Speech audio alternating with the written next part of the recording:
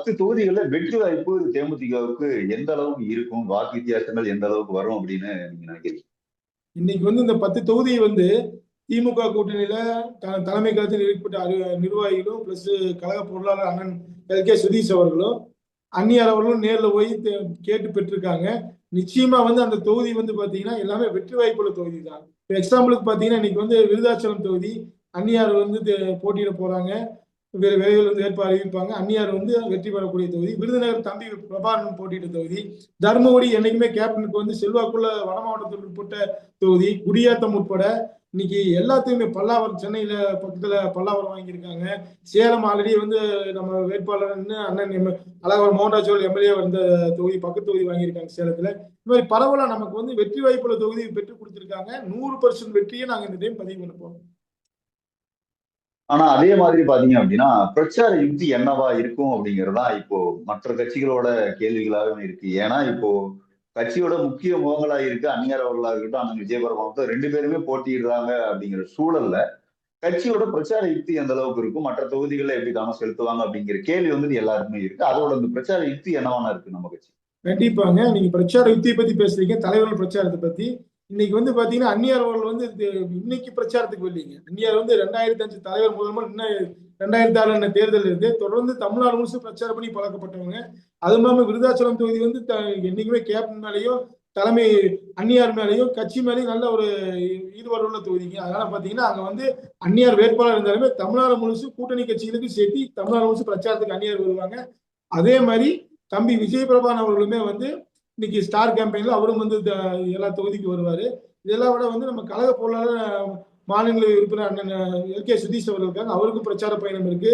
நம்ம தலைமை கழக நிர்வாகி இருக்காங்க. ஸ்டார் கேம்பெயின் எல்லாமே வருவாங்க. அது போக முக்கியமா வந்து பாத்தீங்கன்னா இன்னைக்கு சமூக வலைதளங்கள்ல வந்து நம்ம வந்து பிரச்சாரம் வந்து பாத்தீங்கன்னா தீவிரமா வந்து முன்னெடுக்க போறோம்.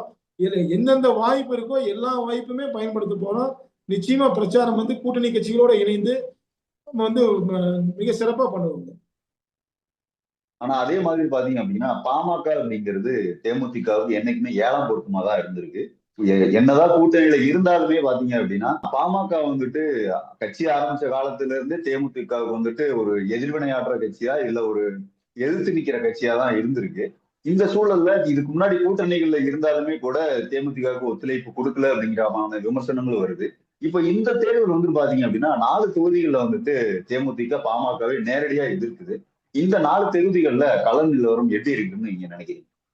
2006 தலைவர் கட்சி ஆரம்பிக்கிறதுக்கு முன்னாடி இருந்தே வந்து பாமகவுக்கு நமக்கும் வந்து ஏற்பட்ட சில சில சங்கடங்கள்னாலதான் வந்து கட்சியை ஆரம்பிச்சு தலைவர் வந்து பாமகவோட கோட்டையில நின்று இன்னைக்கு வந்து விருதாச்சலம் தொகுதியில தலைவர் ஜெயிச்சிருக்காருங்க.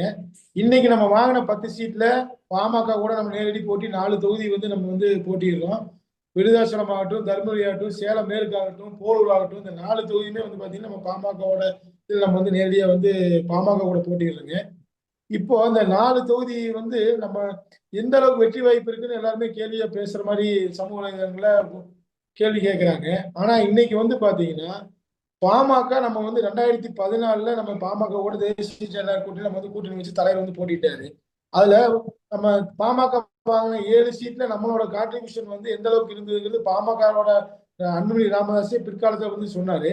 அவரோட வெற்றிக்கு அன்னைக்கு வந்து நம்ம வந்து தலைவரோட உத்தரவு ஏற்பட்டு நம்ம வந்து மிக தீவிரமா வேலை செஞ்சு அவங்க வெற்றி வாய்ப்பை நம்ம பெற்றுக் கொடுத்தோம். ஆனா அன்னைக்கு வந்து அவங்க வந்து நமக்கு வந்து கூட்டணி நமக்கு வந்து வேலை செய்யல. 2019 அதே மாதிரி தான் நமக்கு நம்ம வந்து வேலை செஞ்சு அவங்க நமக்கு வேலை செய்யல. ஆனா வந்து பாத்தீங்கன்னா அதெல்லாம் வந்து எந்த அளவுக்கு அவங்க நமக்கு துரோகத்தை செஞ்சாங்களோ அதுக்கு பாடம் போட்டும் வகையில வந்து பாத்தீங்கன்னா இந்த 4 தொகுதியில பாமக கூட நேரடி போட்டியிட்ட 4 தொகுதியிலையும் மிக தீவிரமா நம்ம வந்து கட்சி பணியாற்றி எலெக்ஷன் வேலை செஞ்சு கூட்டணியோட பக்கபலத்தோட 4 தொகுதியிலையும் 100% நம்ம வந்து வெற்றி பெற்று பாமகவை வந்து ஒரு சீட்டு கூட வெல்லக்கூடாதுங்கிற அளவு நம்ம வந்து உழைச்சு நம்ம வெற்றி வந்து தலையிட்ட பதிவு வந்து நிர்வாகிகள் ரொம்ப வெளியே இருக்காங்க. கட்சி தொண்டர்கள் நிர்வாகிகள் வந்து அந்த அளவுக்கு வந்து தீவிரமா இருக்காங்க.